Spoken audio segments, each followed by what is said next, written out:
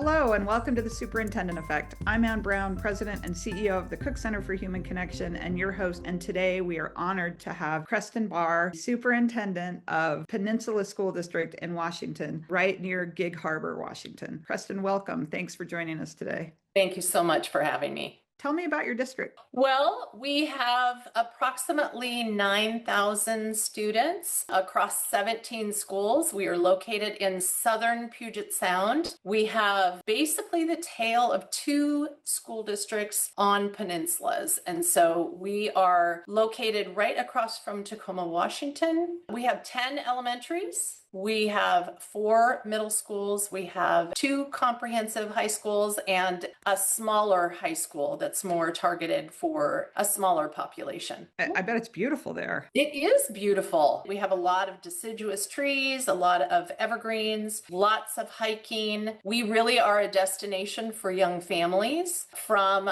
King County and Pierce County that want access to the water, access to forests, outdoor education, and very close to the airport. So we're about 45 minutes to airport. So many of our families are pilots or connected to the airline industry. We also have many health professionals and a variety of other families that have decided that they want to come to Peninsula. Do you access by boat or? No, there's a very large bridge, a toll bridge from Tacoma, Washington over to the Kitsap Peninsula, and we are the first stop. Okay. So we have a town of Gig Harbor. We also encompass, if you go across a second spit over to the Kitsap Peninsula, Key Peninsula on that side, which is very rural. So we really have suburban, we have urban, town living, and then we have quite rural areas as well. So we really are an amalgamation of a variety of different places. So we have something for everyone and lots of waterfront properties. Wow. A few islands. Most islands are accessible by smaller bridges. However, we do access one island that has a small individual independent ferry. So how do you get those kids to school? Do they every get morning on a ferry to and go to every school? afternoon, there's an individual independent person that ferries those students over. And I think we have under a dozen students from that one. How fun. Yeah. That's awesome. Yeah, as long as the weather is fine. So yeah. So what do you do if the weather's bad, if they can't access? Do you have provisions for them to stay on mainland, I guess you'd call it? I don't know that has ever happened. That has good. never Knock come on wood. across Sorry, my I desk. mentioned it. I think they're a pretty intrepid little independent ferry. Okay. All right. Yeah. They know what they're doing. They've lived it. They do know what they're doing. Yeah. Well, that's awesome. So I know you've been really involved in AI, and very soon you're going to be meeting with CCSSO and talking about AI. And for those of us who are watching, that's the Council of Chief State School Officers Conference. And who that represents is essentially every child in the nation, because there are 50 chief state school officers, one for each state, and they come together a couple of times a year and talk about the most important topics. And it's a huge honor. I would be exceptionally honored if I was ever asked to speak at CCSSO. And I know you're going to be doing that. So why don't you tell us about what you're going to be speaking on and how you got recognized to talk essentially to every school child in America, or representation for every school child in America? Yeah. So we understand that there's approximately 20 states that will be at least attending our presentation. Myself and my assessment director are going down actually tomorrow, and we will be presenting on Halloween. Our topic is preparing educational leaders to manage AI from the LEA standpoint. And we have a few perspectives. We are coming as an LEA to tell our story on our transformation and integration of our work around AI. We have been from the very beginning, we have been very interested in transformational educational leverage points. And we thought it was going to be the metaverse back in 22. But even before that happened, we had some opportunities to travel overseas to a high north conference up in the Arctic of Bodø, Norway, where there was a group of educational leaders educators as well as governmental leaders coming together. It was sponsored by Nord University, and we had a delegation that included the Lieutenant Governor of Alaska. There was a large drone owner from Alaska, and then there were 3 of us who were there with the Alaskan consulate. We were invited to that conference to learn and to share the work that we had been doing and make connections. That is our sister city in Peninsula School District with Bodø, Norway. And so we were on kind of the inaugural getting to know the mayor and all of the constituents. But we were very fortunate that we had an opportunity to bring a business owner as well. Through those conversations, realized very quickly that we did not understand what the green shift or the blue shift economy was. And we were not really preparing our students. Number one, as the adults in the room, we needed to figure out globally what was happening. This was shortly after the start of the Russian-Ukraine war, and we were in a city that it was very apparent that they were right on the border of Russia in the Arctic. And so we had many conversations about what we did not know. And when we came back, we really made a decision as a school district to really reach out and try and figure this out together with our business partners and our governmental liaisons. So we have been on the front end of figuring out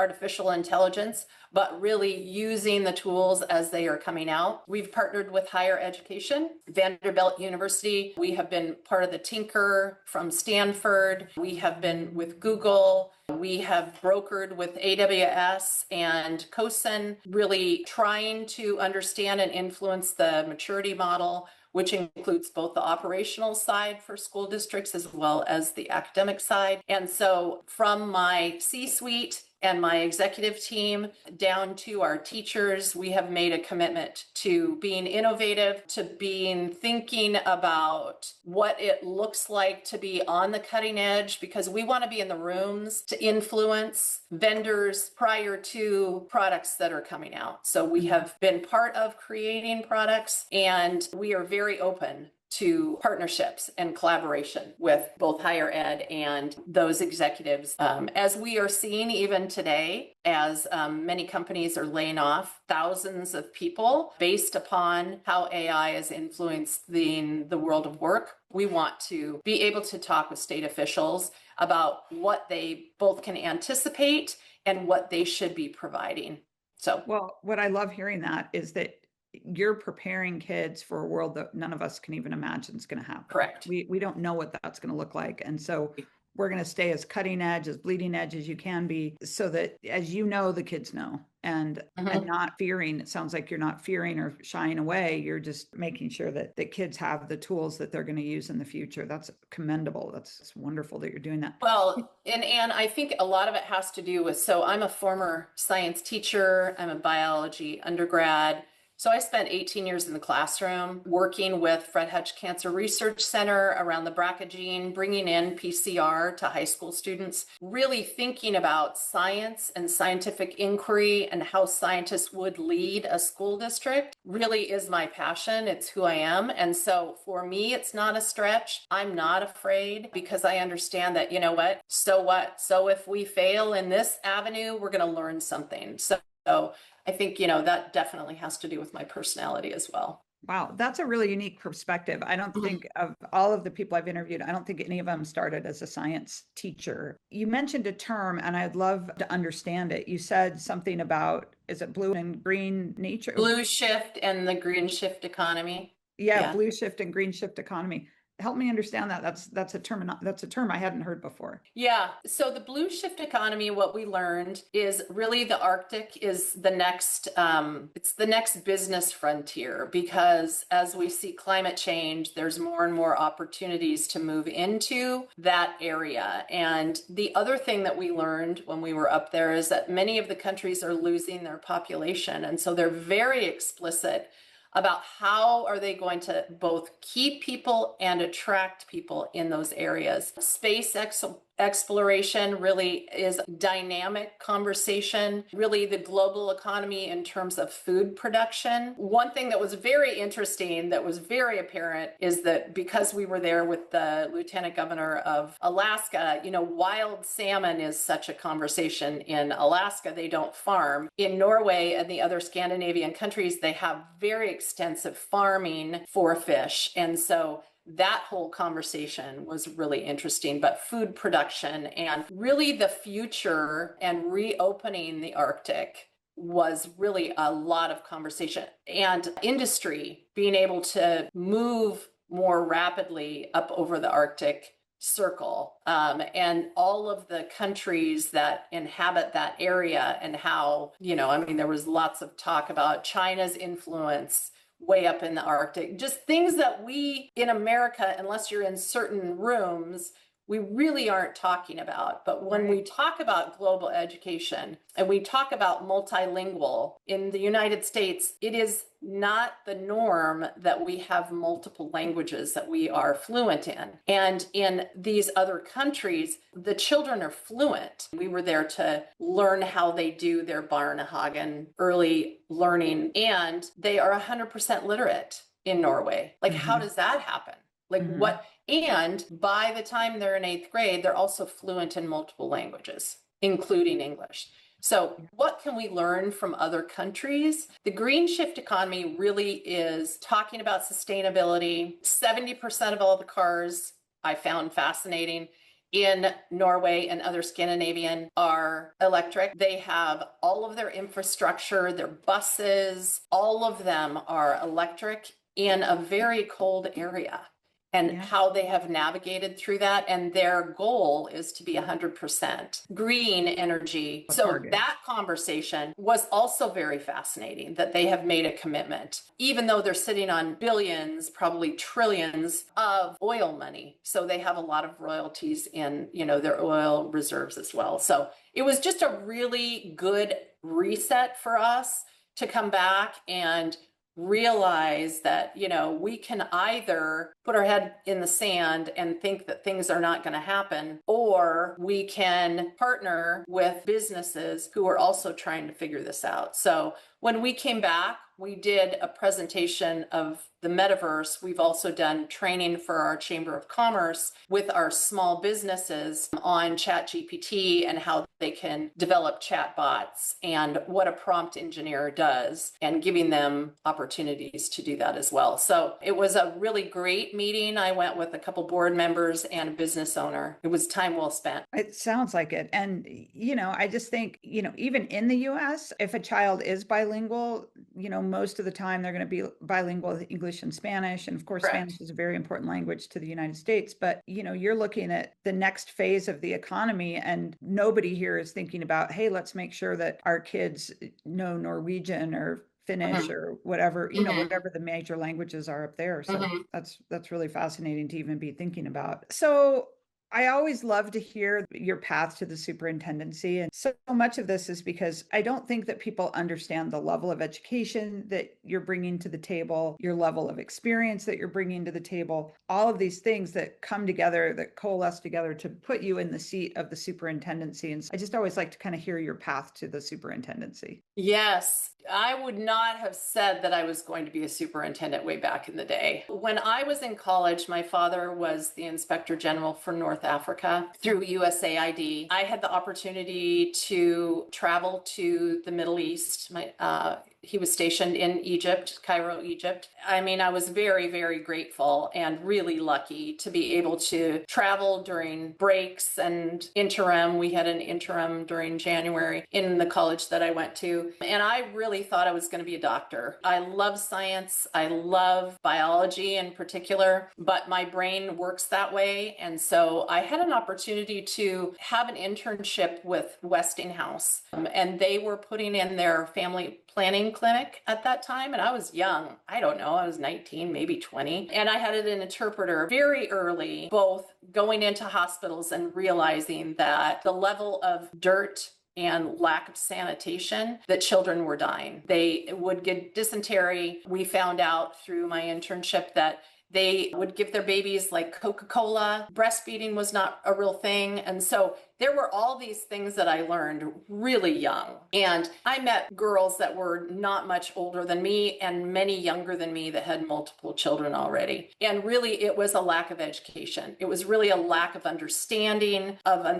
their bodies, just having the basic knowledge of cleanliness. Schistosomiasis was a big deal. And that's, where the worm parasite goes up into the eyes and then they become blind. So I had multiple contacts throughout the years, learning some things. And at that time, I really realized that I didn't want to be a doctor. I really don't want to be stuck in a hospital, and that I really love the teaching aspect. So that's why I went back and got a bachelor's in biology. But I decided I wanted to really be a teacher. I wanted to be a high school teacher. And so I taught for Tacoma School District in the classroom, both at the middle school level and at the high school level, and had a variety of opportunities.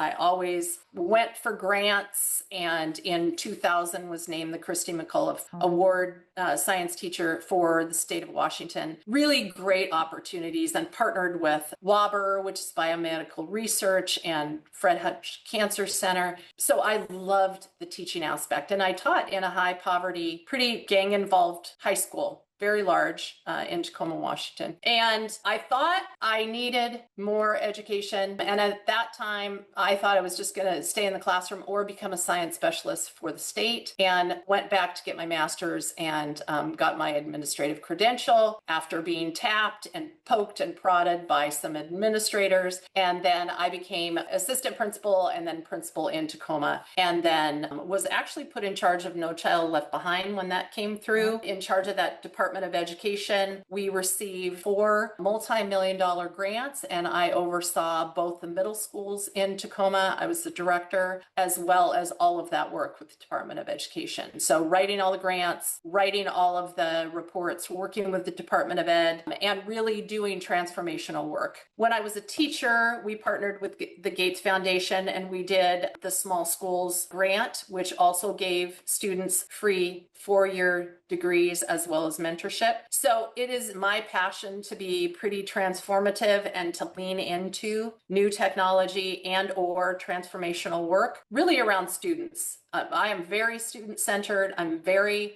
willing to make hard decisions based upon kids and what is good for children, regardless of what adults think. And so I think it goes back to, I love teaching. I had a lot of opportunities to be a really great teacher and loved being a principal, thought I was just going to stay being a principal and the superintendent at that time. I was the president of all the principals there. And so during meet and confer, he said, I think you should get your superintendents. I said, I don't want to do that. What you do is not fun, but I started looking around. We lived in Eatonville, and it's a small rural school district with 1 high school, 1 middle school, and 3 elementary. And I thought, you know what? That kind of sounds fun as long as I can connect with kids and be part of that. So anyway, I went through Washington State University, received my superintendency credential. At that time, was deeply involved in the No Child Left Behind. I made a decision at that time that I couldn't physically go on and finish my doctorate, and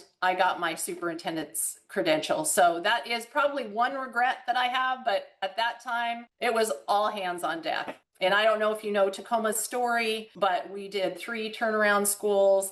We emptied out all of the teachers. All of them received pink slips. There's stories about Tacoma and the whole transformation, but it was a lot. It was a big job. There was a lot going on. So anyway, I spent 8 years in Eatonville as the superintendent, loved every minute. We did transformation. We did STEM schools, partnered with just a fantastic community, and received Green School Awards from the Department of Education, and really did everything that community really wanted. And then I knew I had one more superintendency in me. And I really looked around the state on the work that I wanted to do and the kind of board that I wanted to partnership with. I was looking for a transformational school district board that would allow the work to happen. Peninsula was the next school district that I felt would be an amazing opportunity. And so this is my 5th year here in Peninsula School District. So that is kind of my journey. Along the way, I have to say, my husband was a CTE teacher in Tacoma, Washington. He too is a superintendent and has been a superintendent of a small rural school district. We have been married for 41 years this year. Oh, Went to high school together. Thank you. But he too is a superintendent. And so we have some pretty interesting conversations at home. Yeah. And in terms of leadership, I would say, I've been very active in WASA.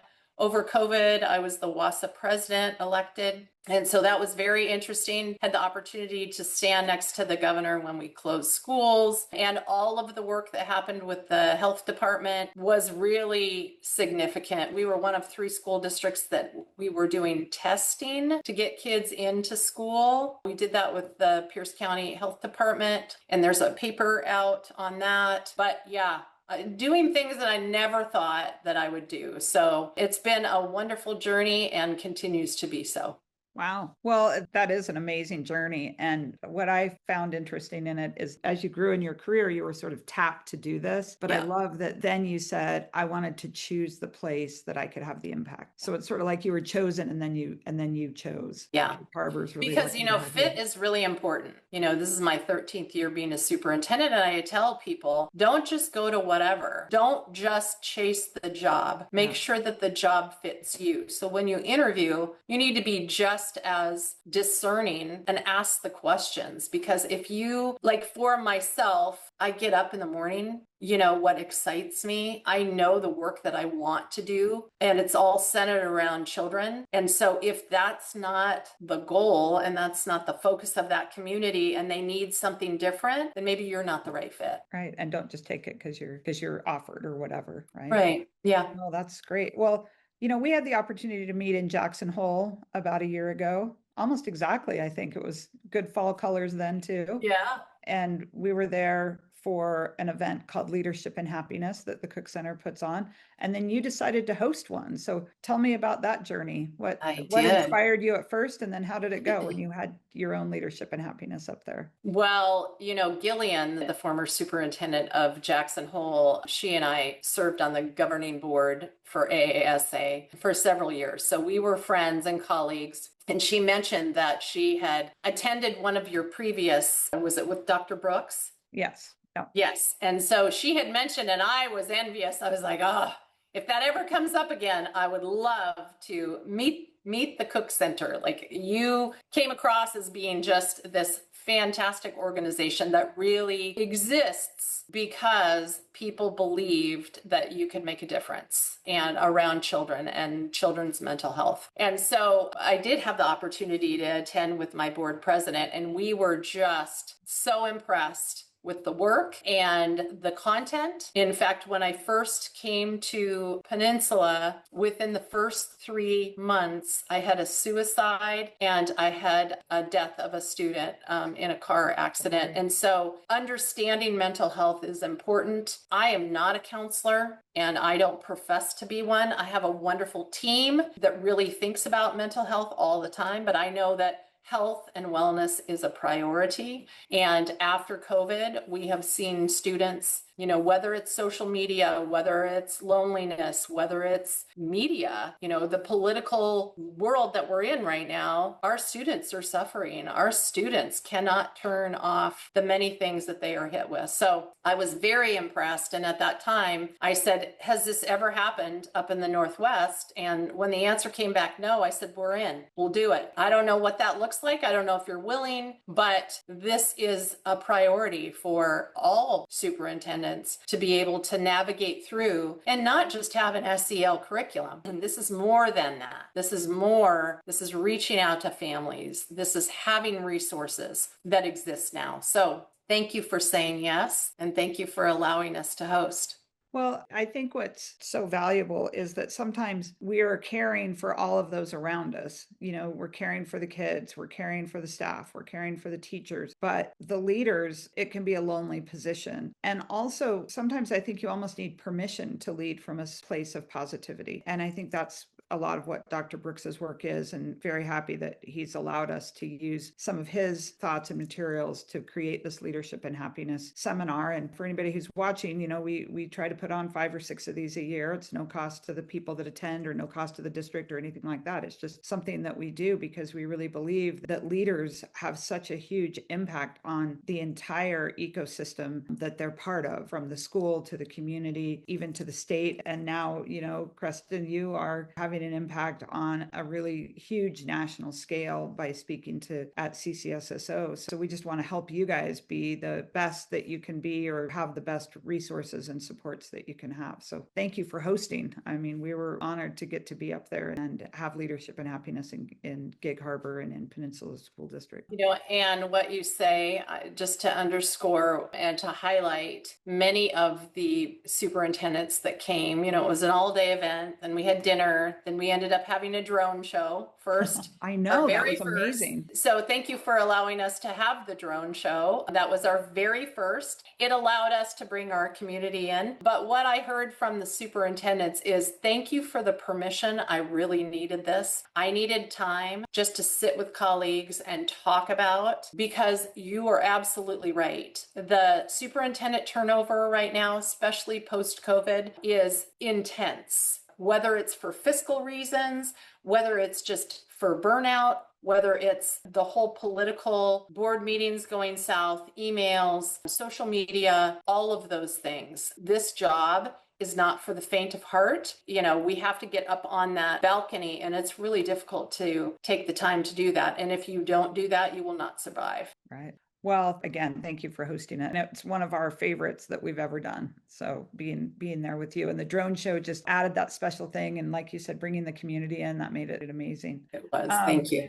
You've told us a couple of fun things, but I always kind of like to ask, what's your proudest accomplishment during your time as a superintendent? It can be during all of your 13 years. It's a great question. I think when I feel the most proud is when I have leaders, building leaders, usually principals, that say, I wish we could do this. I wish, we could become a school that does X. And for me, STEAM, but really in particular, project-based learning, outdoor learning. We have now 2 of our elementary have pure Norwegian Barnehagen outdoor and indoor TKs, which is for 4-year-olds. And we have done that. I mean, we have like Scandinavian transitional kindergartens. That is when we can take a concept and then the principals either receive a grant or get a recognition or something that allows them to have that persona. So we have STEM schools, we have a couple art schools in Peninsula. We opened an aviation academy this fall. We just opened it for pilots. And so having that happen, as I said, the performance drone team, second in the nation, partnering with St. Vrain. So when you've partnered with and you have taken a leader's concept and it aligns with your strategic plan, and then you open these things and parents come in and children are in there, that is when I feel like we're making a difference. When we are transforming public education sectors into something that is more customizable, that is more like a private school, and families are opting in, that's when I am proud of the team. I am proud of the community that I serve. That's what jazzes me and gets me to continue and encourages me to also reach out to my colleagues to say, you can do this. It's not a magic bullet, but it does require that you focus and that you are willing to do things that people are not doing. Yeah. And I think that's an important message, again, giving people permission to innovate, giving people permission to lead from a positive place, giving people permission to think about the future of education and not today, giving them the permission to think about if a board is the right fit for you and what your vision into the future is. I mean, that is, what we think about when we think about a strong leader, building a strong community. And Peninsula School District is just very, very lucky to have you at the helm. And, I just want to thank you for your time today. It's been amazing. Well, thank you, Anne. It's been a fun conversation for sure. It's always good to see you. You too. You too.